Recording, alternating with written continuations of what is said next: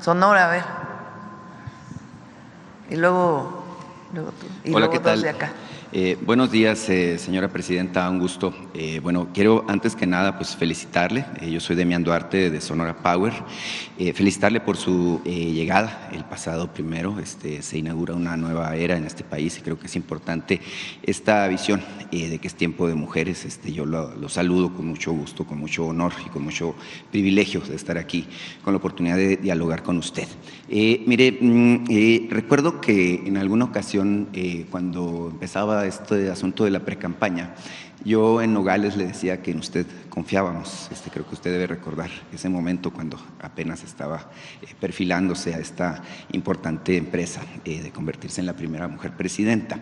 Y mire, la felicitación yo se la extiendo al asunto de la congruencia con la que se ha comportado, válgame, pues en esta primera semana. El primer tema, la memoria histórica, muy importante, el asunto del 68, usted dice es hija del 68, nosotros también. Al final de cuentas, nuestros padres emprendieron luchas importantes en la izquierda de muchas maneras, y bueno, pues al final de cuentas nos dieron esta identidad que hoy tenemos como país.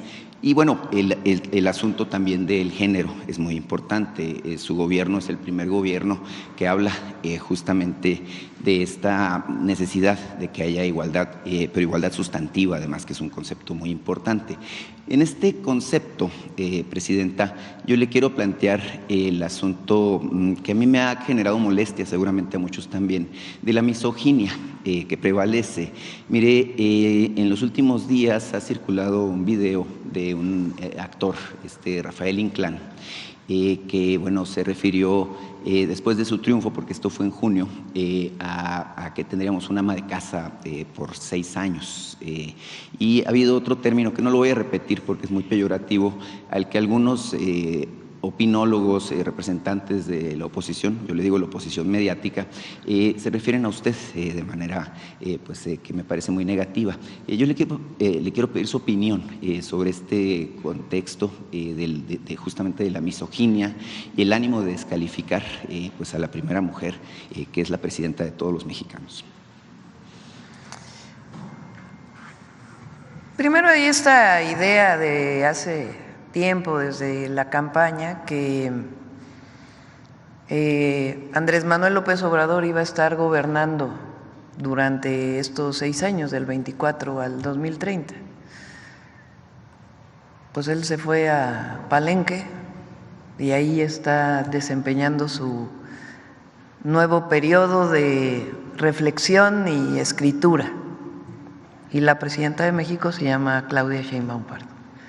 Y ayer, pues, en la salutación que se hace cuando llega un presidente, o presidenta en este caso, comandanta suprema de las Fuerzas Armadas.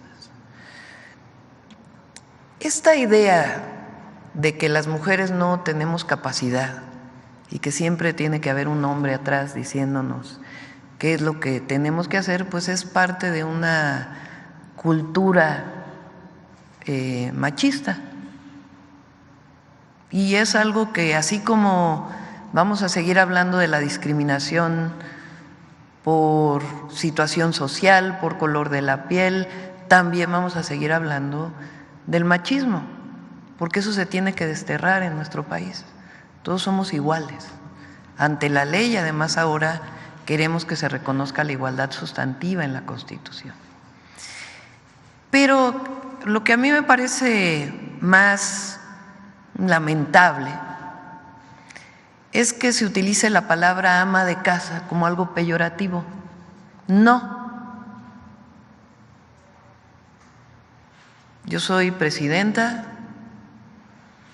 abuela, mamá y ama de casa, y con orgullo. Todas las amas de casa, es decir, las mujeres, esposas que se dedican al hogar, merecen absolutamente todo nuestro reconocimiento. Realizan un trabajo que nadie reconoce. Todos los días se levantan, despiertan a los niños, preparan el desayuno, les dan de comer, los llevan a la escuela, regresan, ya están preparando la comida, limpian la casa, preparan la comida, van por los hijos a la escuela, regresan, les dan de comer, después les ayudan a hacer la tarea y después vuelven a limpiar la casa y después llega el marido y también lo atienden y al otro día lo mismo. Parece como un trabajo menor. A ver, a todos los que no hacen ese trabajo los conmino a que realicen el trabajo de la tarea del hogar. Tiene su complejidad, ¿eh? O la otra, las mujeres que son amas de casa y además dejan a los hijos en la escuela, se van a trabajar, regresan a recoger a los hijos a la escuela, a veces comparten esta tarea con la pareja, que así debería ser, a veces no. Y entonces ahí está lo que se llama la doble jornada, porque salen a trabajar y aparte la jornada del hogar. O en otro caso, las mujeres que salen a trabajar y que contratan a una mujer, una trabajadora del hogar, para que realice esas tareas, que como decía ayer, despectivamente y de una manera lamentable, hay muchos que se sienten que se quedaron en la colonia y les llaman sirvientas. No, eso se acabó, el esclavismo no existe en nuestro país. Se llaman trabajadoras del hogar, salen de sus pueblos, muchas veces con muchas penurias, tienen a sus hijos, muchas de ellas madres solteras, y realizan un trabajo digno, que además, por ley, tienen que tener seguridad social. Entonces, a todos aquellos que crean que por decir ama de casa es despectivo, no. Nosotros nos vamos a encargar también como mujeres de reconocer el trabajo de todas las mujeres que realizan en el hogar. Esa es una de las razones por las cuales estamos apoyando a las mujeres de 60 a 64 años, que cuando ya crecieron los hijos, ahora cuidan a los nietos o a las nietas, pues que tengan, muchas de ellas no tienen ni siquiera un ingreso propio, no tienen autonomía económica y ahora pues van a recibir un apoyo del gobierno para que puedan tener al menos un poco de recursos para ellas. ¿Por qué? Porque se lo merecen. Claro que sí. Además de ser tiempo de mujeres, creo que debe ser tiempo de hombres solidarios, ¿verdad? Que es un asunto también importante en la formación que tenemos que tener. Presidenta, mire, el arranque de su administración también ha dado una nota que es muy interesante. El peso, el superpeso se sigue fortaleciendo.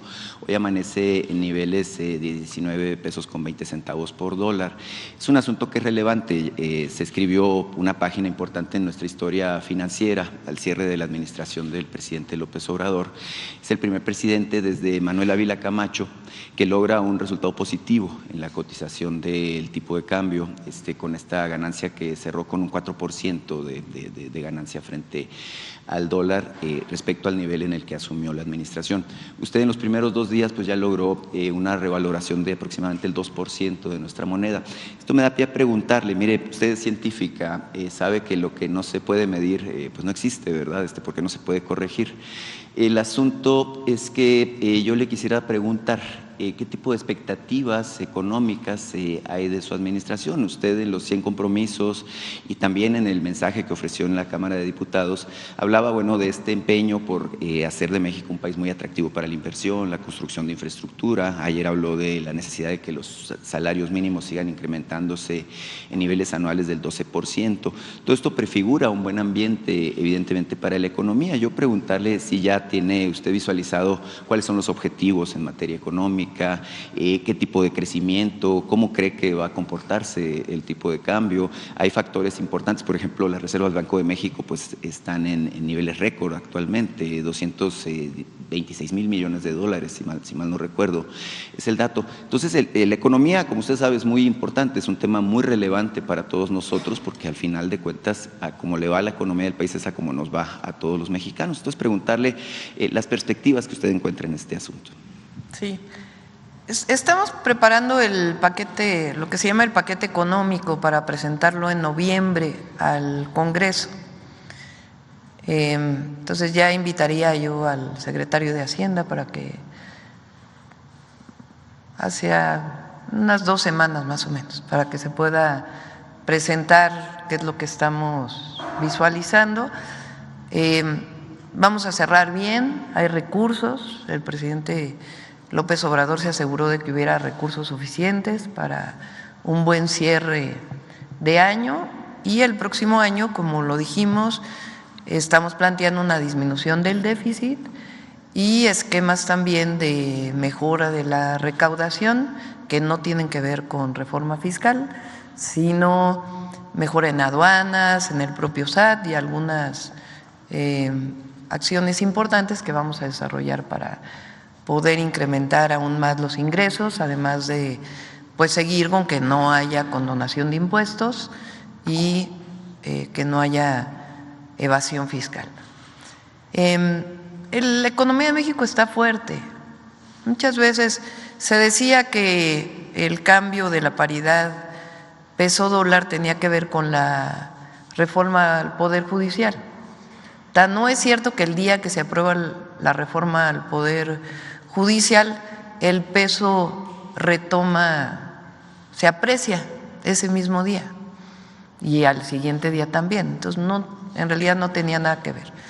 Son asuntos internacionales porque somos una economía que está vinculada con la economía del mundo, y lo que ocurre en Estados Unidos particularmente pues tiene implicaciones, y también lo que ocurre en otras partes del mundo. Particularmente ocurrió hace unos meses un aumento de tasa en Japón y eso hizo que pues se movieran los capitales internacionales.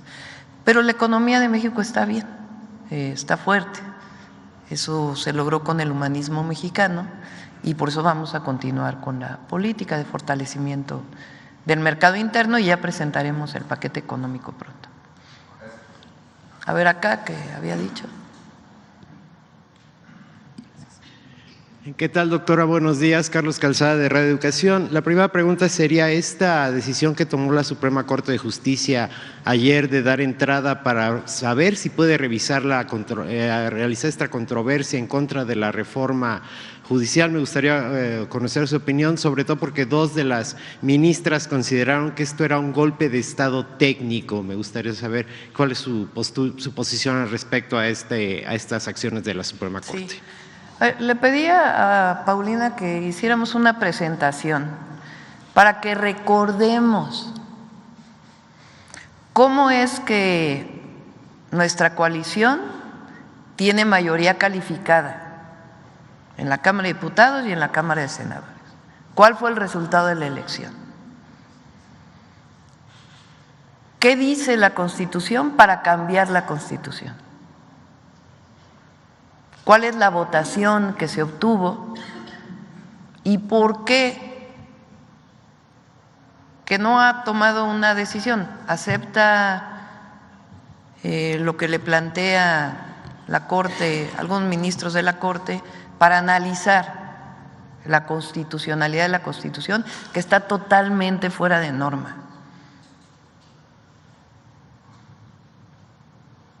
Entonces vamos a ver.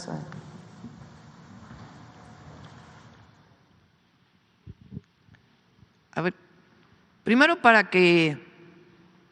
todos los adversarios, los que no están de acuerdo con lo que se está aprobando, es una decisión del pueblo de México.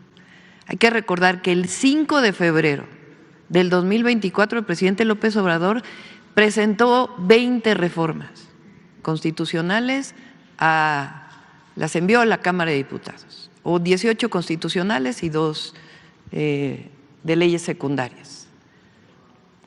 A partir de esa fecha, previo a la jornada electoral, a la campaña, empieza a analizar la Cámara de Diputados, que es la Cámara de origen, estas reformas. Entre ellas, la reforma al Poder Judicial. Lo que se planteaba en la reforma al Poder Judicial, esencialmente, que jueces, ministros, jueces, magistrados, magistradas, ministros y ministras sean electas por voto popular. Durante toda la campaña, quienes me acompañaron, que algunos están aquí, saben que yo en plaza pública explicaba siempre lo que llamábamos el Plan C. Y ahí explicaba lo que significaba particularmente la reforma al Poder Judicial. Y explicaba que para poder transformar al Poder Judicial, que por qué se requiere transformar, pues también aquí el presidente López Obrador dio varias veces decisiones del Poder Judicial que tenían que ver incluso con liberaciones de delincuentes, de la delincuencia organizada. No solamente asuntos mercantiles, sino también liberación de delincuentes, sabadazos, etcétera, etcétera, etcétera. Entonces, en campaña ponía yo a votación en la plaza pública: ¿quién cree que deba seguirse eligiendo a ministros de la Suprema Corte? ¿Por los senadores?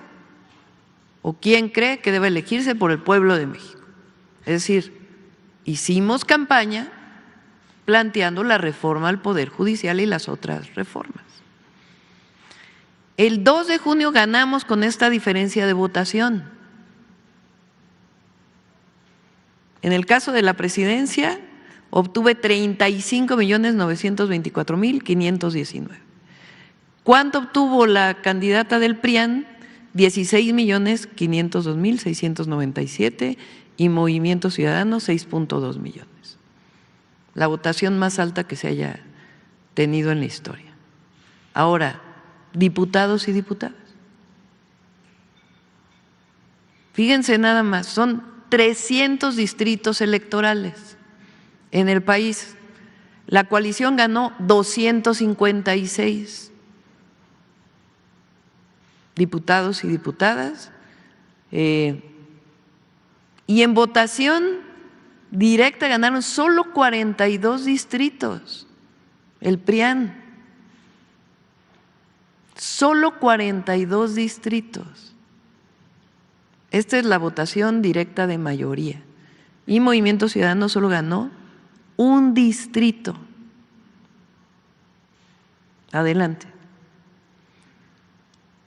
Primero, si me ponen la redacción de la ley electoral. La redacción.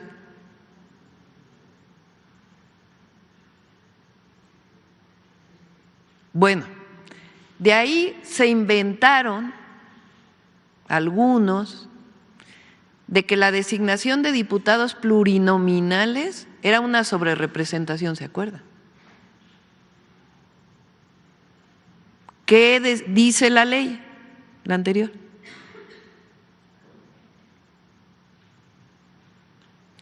Entonces, la Ley General de Instituciones y Procedimientos Electorales, en el artículo 16, numeral 1, dice: la votación nacional emitida para diputados plurinominales se divide entre el total de diputaciones plurinominales, o sea, 200, para obtener el cociente natural. Así lo dice tal cual. O sea, la ley dice la fórmula para obtener el número de diputados y diputadas plurinominales. ¿Cómo se hizo? ¿Cómo lo hizo el INE y después lo ratificó el tribunal? Pues el cociente natural eran los votos por diputados y diputadas entre las 200 diputaciones, y eso es el cociente natural. Adelante. Después el artículo 15, numeral 2 dice: para obtener la votación nacional emitida se debe restar a la votación total los votos nulos de las candidaturas sin registro, las candidaturas independientes, y restarlo de los partidos que no hayan obtenido su registro. Así lo dice la ley, tal cual. Se hace la fórmula. Adelante.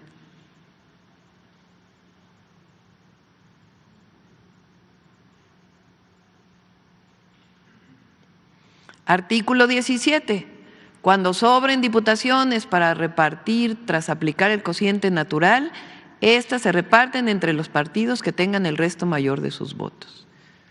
Es decir, se hace el cociente y lo que sobra pues se reparte entre los partidos. Sobraban 3 diputados y se repartieron entre los distintos partidos. Adelante.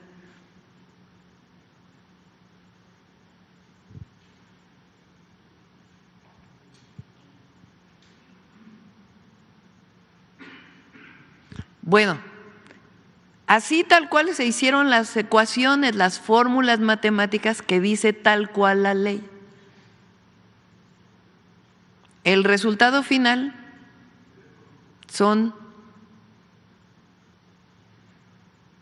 el resultado final de número de diputados y senadores, el total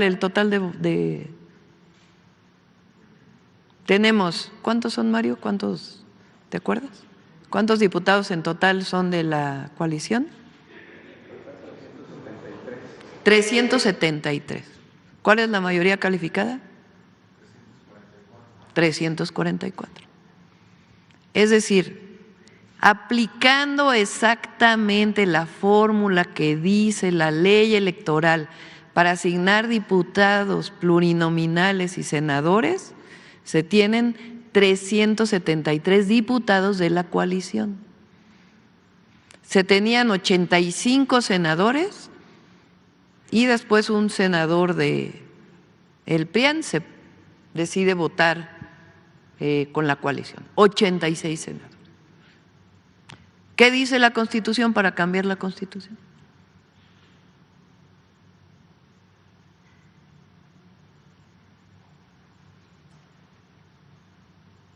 A ver si me ponen los artículos de la Constitución. El 39 constitucional.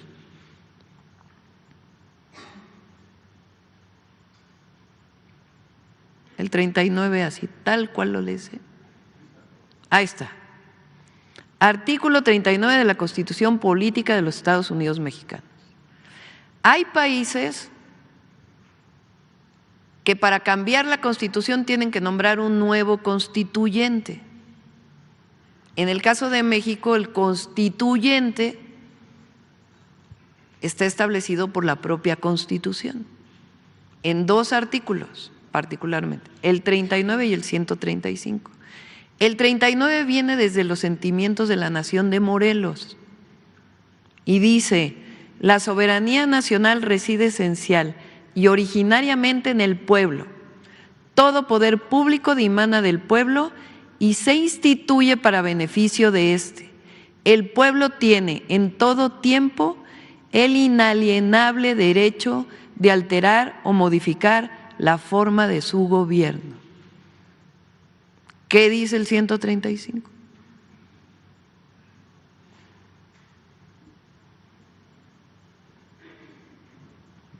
La presente Constitución puede ser adicionada o reformada.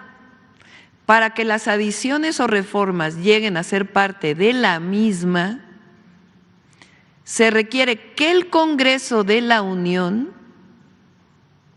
por el voto de las 2/3 partes de los individuos presentes, este es un artículo de la Constitución, acuerden las reformas o adiciones y que éstas sean aprobadas por la mayoría de las legislaturas de los estados y de la Ciudad de México. El Congreso de la Unión o la Comisión Permanente, en su caso, harán el cómputo de los votos de las legislaturas y la declaración de haber sido aprobadas las adiciones o reformas.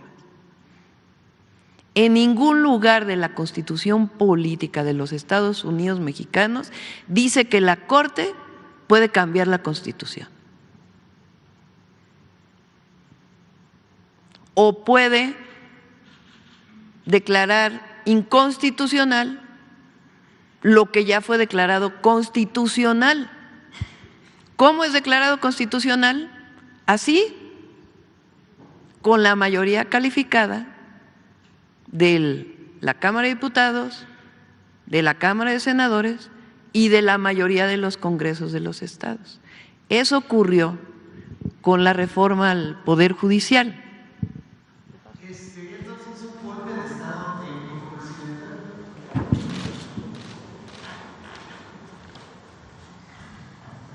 ¿Qué pienso yo que pretenden con esto? Primero, que nosotros digamos juicio político, traición a la patria. No lo vamos a hacer, es mi opinión. Porque ¿qué quieren? Demostrar que somos un gobierno autoritario. No lo somos. La presidenta fue electa por el pueblo de México. Los diputados, diputadas, senadores, senadoras fueron electas por el pueblo de México. Somos un gobierno democrático y somos demócratas. Tan somos demócratas que hicimos una propuesta que fue avalada por el pueblo de México y ya publicada en el Diario Oficial de la Federación. La democracia en el Poder Judicial también. Entonces, primero, no vamos a caer en ninguna provocación. Segundo, va a haber elección de jueces, de magistrados, magistradas, ministros y ministras de la Suprema Corte, porque eso es lo que dice el 39 constitucional, es la decisión del pueblo de México. Entonces, no tiene sustento lo que está haciendo la Corte, o ocho ministros de la Corte. Entonces, ellos saben, porque ellos son abogados, ellos han formalmente leído la Constitución y aplicado la Constitución, algunas veces no, ¿verdad? Porque defienden privilegios, para empezar los suyos, los de los 400,000 pesos al mes que ganan. Entonces, ellos saben que lo que están haciendo está mal. Ellos lo saben, ellas y ellos que votaron ayer saben que no tiene sustento. Entonces, el pueblo de México es a quien nos debemos.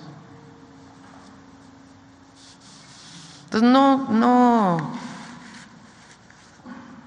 yo supongo que ellos están provocando, a ver cuál es nuestra reacción. Y no solo son los ministros, sino un grupo que se reúne alrededor de la ministra presidenta, que están ahí buscando la manera de parar la transformación. A la transformación, que es una decisión del pueblo de México, no la pueden parar 8 ministros de la Suprema Corte de Justicia. Gracias, presidenta. Mi segunda pregunta sería, ¿se está escalando el conflicto en el Medio Oriente entre Líbano e Israel? Me gustaría saber si el gobierno mexicano tomará algunas acciones para repatriar a los conciudadanos que se encuentran en la zona de conflicto, como ya ha ocurrido, por ejemplo, en el conflicto con Ucrania y Rusia, si se tomarán algunas acciones para tomar estas medidas. Está en contacto el secretario de Relaciones Exteriores y, como siempre, nuestra posición es la búsqueda de la paz y la no intervención, y está en contacto con embajadores en caso de esta necesidad. Y rapidísimo, me gustaría conocer la propuesta de su gobierno respecto a los medios públicos, doctora, que bueno, sabemos que tienen una función, no es como se dice en muchas ocasiones, no son los medios del gobierno, sino son medios del Estado. Entonces me gustaría saber cuál es su política respecto a los medios públicos para su gobierno. Gracias. Nombré a Renata Turrent en Canal 11, a Alonso, ¿cómo se apellida? Millán en Canal 22, él venía con nosotros trabajando en Canal 21 en la Ciudad de México. Se queda la dirección de Canal 14 y ellos están trabajando, bueno, Renata y los compañeros están trabajando en un… Genaro se queda, Genaro Villamil se queda. Y ellos están trabajando en un nuevo esquema para los medios públicos, que en efecto son públicos, no son medios del gobierno, no son medios de difusión del gobierno. Entonces, ellos están trabajando en un esquema para la información, para los noticieros, para las barras de opinión, que entiendo que se cerraron contratos, eran hasta el 30 de septiembre algunos contratos, y se está planeando un nuevo esquema para las barras de opinión, para los contenidos, y también Nuestra idea es poder dar un poco más de recursos en la medida de lo posible para que pueda haber más producción en los medios públicos, tanto de difusión, de educación e incluso de entretenimiento. A ver, ahora de este lado, acá.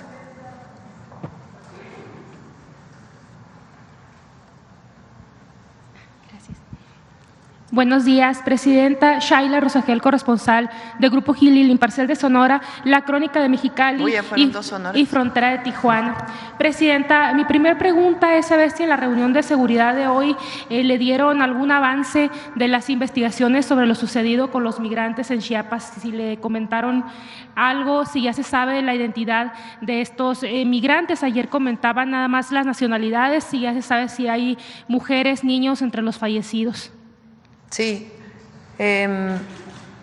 sí están identificados, la mayoría están en contacto el secretario de Relaciones Exteriores con las embajadas.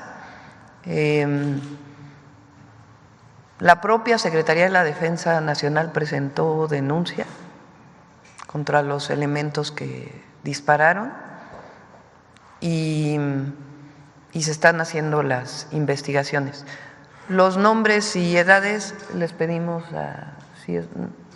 para conocer si se pueden, no tengo la certeza si se pueden dar a conocer, pero sino que la secretaria Rosicela nos ayude a darlos a conocer.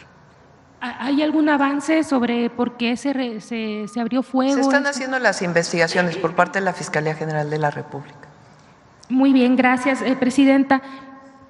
En una segunda pregunta, preguntarle sobre los proyectos que usted mencionó. Hay varios proyectos que mencionó en sus compromisos, que si tiene estimaciones de los montos para estas obras, por ejemplo, la carretera Guaymas-Chihuahua que mencionó, el puerto de Guaymas, el tren de la ruta a Nogales, si tienen también estimado de tiempo. Yo recuerdo que ya dieron a conocer cuando usted aún era presidenta electa, un plan de cómo se iban a ir haciendo estas rutas de trenes de pasajeros, pero no estaba en ese momento la que va hacia Nogales. Entonces, si ya tienen establecido tiempos, montos. Sí, justo ayer nos reunimos. ¿Qué se está haciendo ahora? Análisis de derecho de vía, estudios de demanda y la definición del proyecto, qué tipo de normatividad van a llevar las vías, en dónde son 2 vías, en dónde es una vía, de acuerdo a la demanda, cuándo se realiza el estudio de impacto ambiental, qué permisos se pueden otorgar para los estudios previo a la manifestación de impacto ambiental. Entonces estamos trabajando en ello y también lo que significan los costos. Ayer me reuní con las 3 principales empresas fabricantes de trenes, la empresa Alstom, CAF y Siemens, que es una empresa estadounidense. 2 de ellas tienen plantas en México, Siemens no tiene planta en México, pero me reuní para ver qué posibilidades tienen de poder fabricar en los 6 años que vamos a estar en el gobierno. Son alrededor de 80 trenes, porque los trenes se tardan como 2 años en comenzar a salir. Entonces, a la par de que estamos construyendo las vías, pues tiene que hacerse la licitación para los trenes. Entonces, estas que son las principales fabricantes de trenes, platicamos con ellos y les planteamos pues que va a haber una licitación y que pudiéramos saber, y nuestro interés pues además es de que la mayor parte de los trenes se armen en México para fortalecer la industria ferroviaria y al mismo tiempo los empleos, el máximo de empleos que se genere en nuestro país. Entonces, los costos y todo esto ya se los comentamos en cuanto tengamos el proyecto. Sí alcanza, porque ahí estuvieron diciendo que todo lo que planteé en el Zócalo no tiene sustento financiero. Sí lo tiene, lo trabajamos durante pues prácticamente 4 meses desde que ganamos la elección y previamente ya lo habíamos empezado a trabajar hasta la fecha. Hay grupos de trabajo que ahora pues arrancan todavía más. Lo mismo en este análisis se encuentra también lo de las carreteras, el puerto de Guaymas, todo lo que comentó, también se Sí, está analizando. también las dos carreteras, el de Bavispe a Nuevo Casas Grandes, que es un compromiso que hizo el presidente López Obrador y que me pidió especialmente que fuera de las primeras carreteras porque él ya no lo pudo cumplir, que hiciéramos, que en realidad ayuda pues para la conexión casi desde Guaymas hasta Ciudad Juárez. Y aparte la carretera que va a Chihuahua, que inició la Marina y que pues tiene que darse continuidad. Entonces las dos también. Entonces, ¿el tren de Nogales sí se va a construir en este sexenio? Sí, ese es el objetivo. Ok, y ya nada más por último, usted comentó que se va a iniciar un proyecto, un programa de escrituración de vivienda y que va a iniciar en Tijuana, también en el Estado de México. Preguntarle cuándo iniciaría este programa y qué áreas que se van a tomar en cuenta, en qué regiones de ahí de Tijuana. Sí, para escriturar se requiere la colaboración del gobierno federal, el gobierno estatal y los gobiernos municipales. A veces tiene que comprar la tierra en donde están establecidas las viviendas, si es que se establecieron en un esquema en donde no se compró la tierra. En otros casos tiene que regularizarse porque a lo mejor se vendió tierra ejidal o comunal incluso, sin que pasara por todo el procedimiento agrario. O en algunos otros casos es contratos privados, pero que nunca pasaron por el registro público de la propiedad. Para que se pueda tener una escritura, pues tiene que estar inscrito en el registro público de la propiedad, que es una atribución estatal. Entonces, este trabajo se hizo en algunos casos con el presidente López Obrador y nosotros le vamos a dar más fuerza. Entonces, se está haciendo ya un grupo de trabajo, particularmente con estos dos estados. En Tijuana pues hay una historia muy importante de viviendas que tienen que regularizarse, Estado de México en el oriente también, muy importante, pero va a ser para toda la República. ¿Quién más por acá? A ver, otra mujer acá. Adelante primero y luego ya vamos, si nos da tiempo. Gracias, Mara Rivera de Enfoque Noticias. Presidente, yo quisiera preguntarle, insistir un poco en lo del Poder Judicial. ¿Estaría usted o podría coincidir en la idea de que la Suprema Corte estaría buscando crear una crisis? Porque hay que señalar que después de esta revisión también a la reforma al Poder Judicial, se estaría viendo la situación de la autonomía de los órganos autónomos. También se revisaría después de esto la división de poderes. Entonces, ¿sería una crisis lo que buscaría el Poder Judicial, la Suprema Corte crear en este momento? Pues habría que preguntarle a la Suprema Corte, ¿no? ¿Por qué están, o a los ministros que… desde mi perspectiva es la defensa de los privilegios, que no quieren dejarlos. Sus privilegios y los privilegios de aquellos que ellos defienden. Pero México cambió y va a seguir transformándose. Esa es una realidad. Entonces, no tiene sustento lo que está haciendo la Corte. Y ellos lo saben. Los ministros y ministras que votaron para analizar la reforma al Poder Judicial saben que están procediendo ilegalmente. Ellos lo saben. Porque son constitucionalistas y ellos conocen la Constitución. Los argumentos, por ejemplo, ayer que se utilizaban por parte de uno de los ministros, hablando inclusive de personas de un partido político. Bueno, ¿qué sustento es ese? Entonces, ellos y ellas tienen que aceptar que el pueblo de México tomó una decisión. Y que el artículo 39 es muy claro y el 135 también. Y que la reforma a la Constitución ya fue publicada en el Diario Oficial de la Federación. Entonces, ¿qué pretendan ellos? yo pienso que en primera provocarnos para que les demos argumentos de decir, ay, miren qué autoritarios son. No vamos a caer en ninguna provocación, en ninguna. Y yo más bien digo que es un golpe aguado, no un golpe de Estado. Porque la verdad, pues, ¿qué sustento tiene? Con todos estos argumentos, entonces queda claro que no peligra la reforma que al No final peligra la reforma al Poder Judicial. El pueblo decidió y nosotros tenemos la obligación y los legisladores de servir al pueblo. Con el pueblo todo, sin el pueblo nada. El pueblo manda. Y eso es lo que dice el 39 constitucional. No es solamente una declaración. Por último, la reunión que se había comentado ya con el sector económico, el sector empresarial, ¿se va a realizar pronto? ¿Tendría la mejor que...? Sí, tenemos varias, voy a reunirme, le pedí al presidente del Consejo Coordinador Empresarial a ver si nos reunimos la próxima semana, y ustedes saben que también nombré en su momento a Altagracia Gómez para que me ayude a constituir este consejo.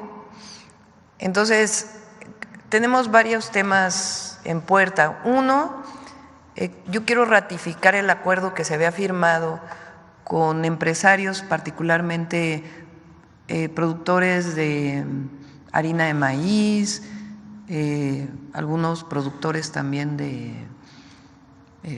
principales de alimentación, y los comercializadores de la canasta básica, para que podamos firmar un acuerdo para que no suba la canasta básica.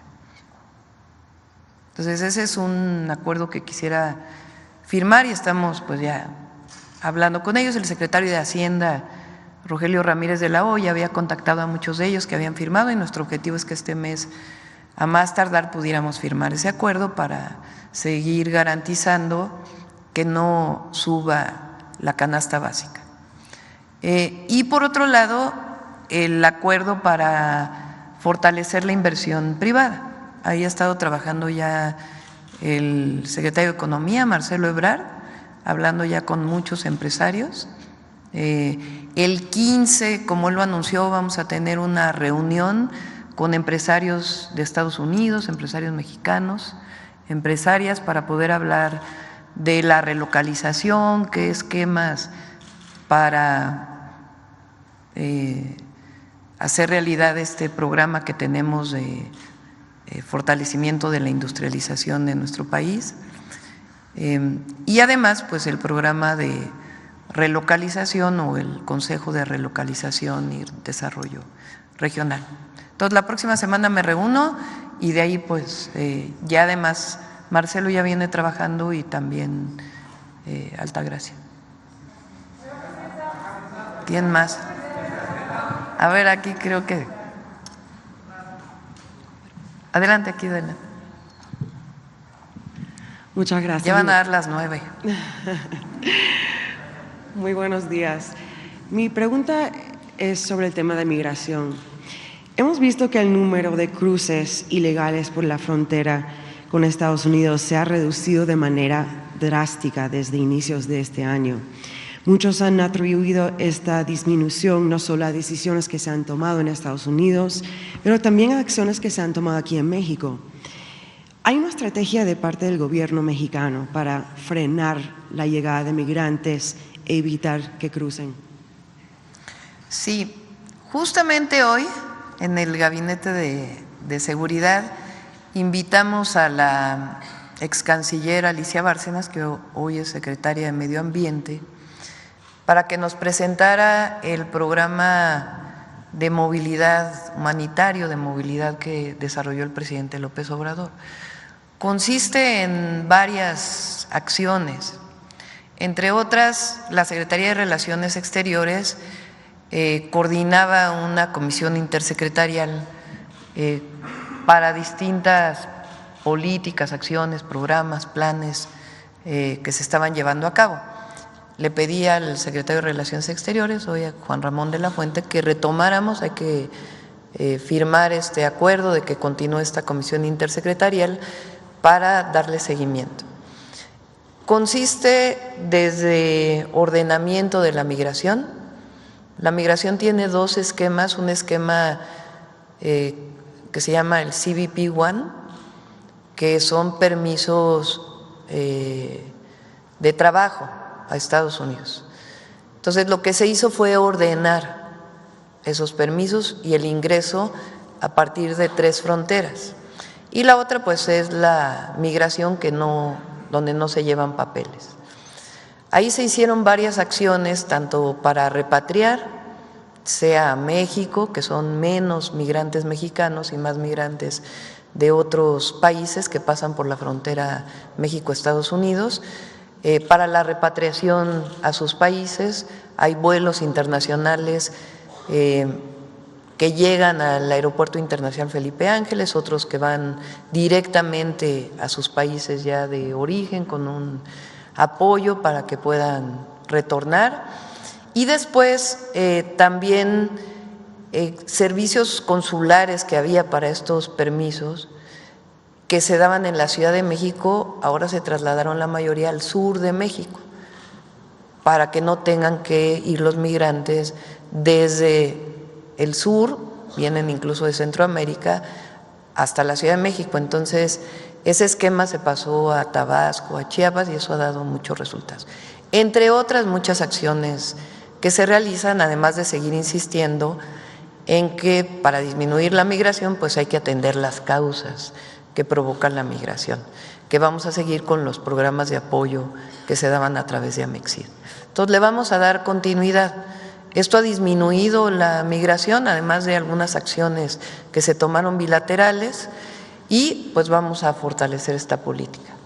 ¿Qué me puede contar sobre otros esquemas, como el traslado de migrantes en autobús desde la frontera del norte a ciudades al sur, como Villahermosa, Tapachula? También se sabe que hay un incremento de aprehensiones, aproximadamente más de 100,000 por mes, según cifras oficiales. ¿A qué se debe todo esto? ¿Es parte de una política, estrategia? Primero, se respetan los derechos humanos, que es muy importante. O sea, por eso se llama política humanitaria de movilidad, porque lo que está siempre al frente es el respeto a los derechos humanos. Hay además albergues, se cerraron los albergues de hace muchos años en donde hubo este lamentable accidente, y otros albergues de este tipo. Entonces, cualquier, digamos, repatriación, movimiento de migrantes, pues es con base a protocolos de respeto a los derechos humanos. Entonces, eso continúa y vamos a seguir fortaleciendo esta política humanitaria, y en su momento, pues cuando ya haya reuniones bilaterales, pues a seguir trabajando con Estados Unidos para poder fortalecer la atención a las causas y estos esquemas que han desarrollado. Por último, sabemos que el gobierno estadounidense y mexicano han discutido, como usted acaba de decir, cómo aliviar la situación en la frontera. ¿De qué manera se está beneficiando México por colaborar con los americanos para controlar el número de cruces? Hay esquemas, por ejemplo, en donde empleadores mexicanos se acercan a los albergues en donde están migrantes a contratar, por si se quieren, si su decisión es quedarse en México.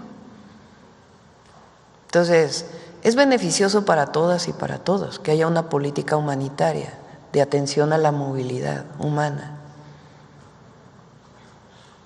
Entonces, nosotros vamos a seguir con esta política porque además ha dado resultados. No solamente es humanitaria, sino que además ha dado resultados. Y el secretario de Relaciones Exteriores, Juan Ramón de la Fuente, además tiene nuevos planteamientos que van a agregarse pues a esta política migratoria, que es muy importante. Además, evidentemente, de todo el apoyo del Gobierno de México a nuestros hermanos y hermanas que viven en Estados Unidos. A ver, la última.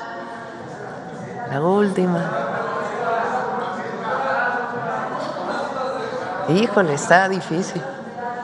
A ver, una de este lado y una de este lado ya para terminar. A ver, hasta atrás, el compañero que está hasta atrás. No, aquí el compañero que trae chamarra café, ¿cómo te llamas? Buenos días, doctora. Carlos Domínguez, de Nación 14. Preguntarle sobre Tamaulipas. Hay asignaturas pendientes que dejó el presidente López Obrador. La que más nos importa a los que somos de Nuevo Laredo, por ejemplo, la Dirección General de Aduanas. Si hay fecha para la conclusión e inauguración de la misma, ¿y qué otros proyectos le esperan? Este mismo año se termina y vamos a ir a la inauguración. Hay un programa que nos ha pedido mucho desde que entró. Lo hemos platicado cuando era jefa de gobierno con el gobernador Américo Villarreal, que es el tema del agua, particularmente para el norte de Tamaulipas, tanto para riego como para consumo humano, y estamos trabajando en diversas propuestas, además de pues algunos otros proyectos de infraestructura. Está 2 puertos en Tamaulipas que vamos a acompañar para su desarrollo. Entonces, agua, carreteras y puertos para apoyar a Tamaulipas. ¿Tiene con precisión o más aparte, pues los cruces fronterizos? Hay varios proyectos en Tamaulipas muy creativos de inversionistas privados para consolidar la integración económica que hay entre Estados Unidos y México, y también estamos trabajando en ello. Sobre la Dirección General de Aduanas en Nuevo Laredo, ¿todavía no hay fecha precisa? Ya está a punto.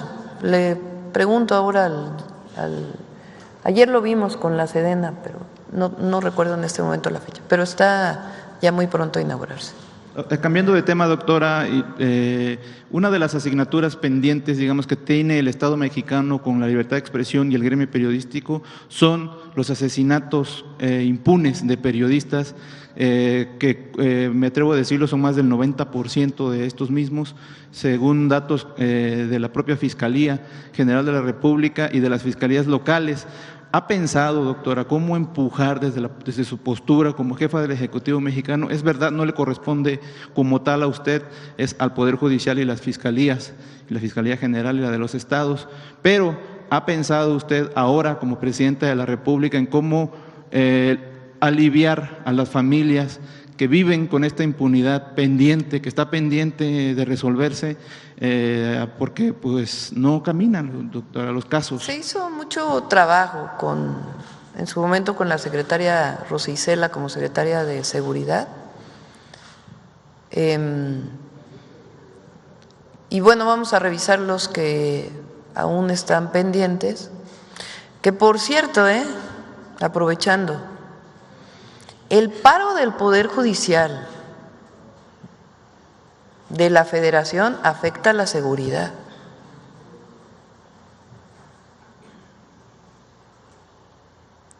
¿Cómo si está en paro un juez se puede pedir una orden de aprehensión? Porque ahora operan, digamos, de emergencia para asuntos de detenciones en flagrancia.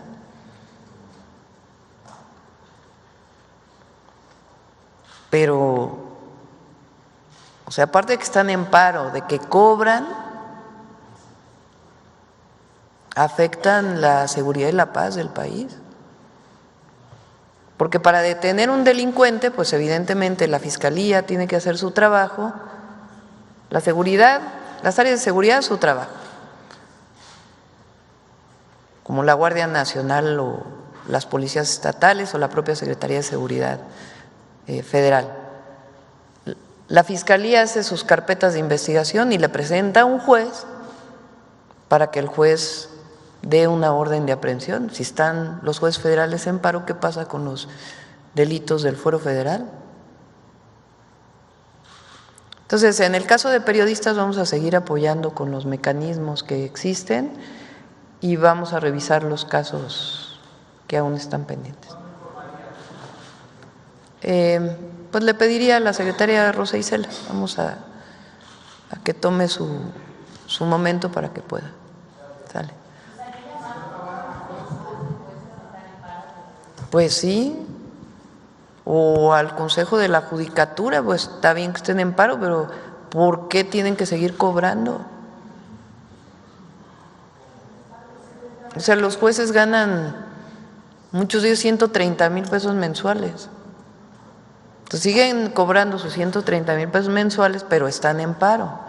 Pero además no tienen razón de ser. Digo, los jueces, pues ellos y ellas pues van a ser electos, pero todos los trabajadores del Poder Judicial no hay sustento para el paro, porque todos sus derechos, sus salarios, prestaciones, complementos del salario que tienen, todos se van a conservar, no se les va a quitar absolutamente nada. Entonces no hay argumento para decir que se les está quitando algún derecho, algún salario, alguna compensación, etcétera. Pues, si es algo que ya tienen establecido, pues se les tiene que seguir dando. A ver acá, ya la última. Ahora nos pasamos 8 minutos. Buenos días, Presidenta. Buenos días a todas y a todos. Nancy Flores, de la revista Contralínea. Presidenta, insistir en este tema de la Suprema Corte de Justicia de la Nación, particularmente el caso de estos ocho ministros y ministras encabezados por Norma Piña.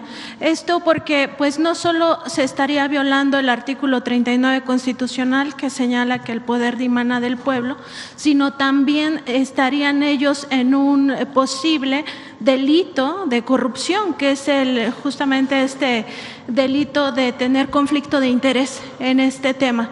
Entonces, preguntarle, porque usted ha enunciado que no se les buscaría juicio político, esto podría generar un manto de impunidad y en ellos generar pues más, digamos, confort a la hora de tomar estas decisiones violatorias de la Constitución y también violatorias de otras leyes. Preguntarle sobre eso, si no es un error político, pues no hacer uso de las leyes, porque quienes cometen delitos en México son delincuentes. Es que ellos están buscando que hagamos eso. O sea, ¿qué argumento, desde mi perspectiva, mi punto de vista, es que ellos lo que quieren es, ya ven que dicen que somos autoritarios, ¿no? Que llegó la presidenta autoritaria. No, llegó una presidenta demócrata. Entonces, lo que ellos quieren es tener argumentos para decir, ya ven qué autoritarios son, quieren meter a la cárcel a la ministra, al ministro, Ellos están tomando una decisión política, no jurídica, al aceptar que la Corte revise la reforma al Poder Judicial. Entonces, por eso nosotros lo que decimos es, no tiene sustento jurídico y no vamos a caer en ninguna provocación. De nuestra parte, ¿no? De nuestra parte, paz, información, debate, pero ellos saben, ministros, ellos lo saben, ellos saben que están actuando inconstitucionalmente siendo Suprema Corte de Justicia. Y el pueblo lo sabe también. Pues ya hay una reforma al Poder Judicial, ya dijo Diego Valadez, por ejemplo, con quien no coincidimos, pero él ya dijo, ya no hay nada que hacer, vámonos a lo que sigue, que es garantizar que haya buenos jueces, que haya buenos magistrados, magistradas, ministros, ministras. Presidenta, entonces no se tomará ningún tipo de acciones. No.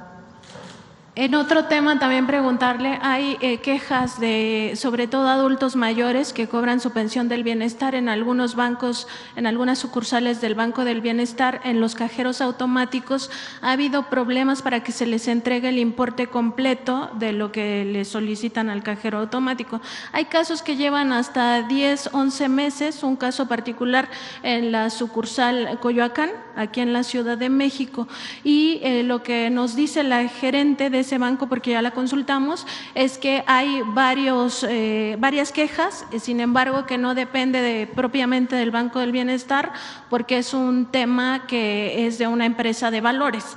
Entonces los mandan a la queja infinita y nadie les resuelve. Aquí se trata pues de personas claramente en situación de vulnerabilidad. Si se podría revisar este asunto y sobre todo atender las quejas, y que quizá quien esté al frente del Banco del Bienestar en un futuro pues se pueda resolver este asunto e informar cuántas quejas existen, doctora. Sí, no debe ocurrir eso.